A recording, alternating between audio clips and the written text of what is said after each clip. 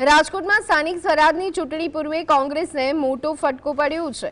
Ward number 15ના પૂર્વ corporator Bhanuben Sorani અને તેમના પતિ પ્રવીણ સોરાણીએ કોંગ્રેસમાંથી રાજીનામું આપી દીધું। તેઓ છેલ્લા ઘણા સમયથી વશરામ સાગઠિયા અને શહેર કોંગ્રેસના નેતૃત્વથી નારાજ હોવાનું સામે આવ્યું। આ વિવાદ ટિકિટ ફાળવણીને લઈ અને વકર્યો હતો, જેમાં પ્રવીણ સોરાણીએ તેમની પત્નીના બદલે પોતાને ટિકિટ આપવાની માંગ કરી હતી। પક્ષમાં યોગ્ય પ્રતિસાદ ન મળતા આખરે દંપતીએ છેડું ફાડ્યું છે, જેના કારણે વોર્ડ 15માં કોંગ્રેસની મુશ્કેલીઓ વધી શકે છે। કોંગ્રેસમાં જોડાયેલો છું।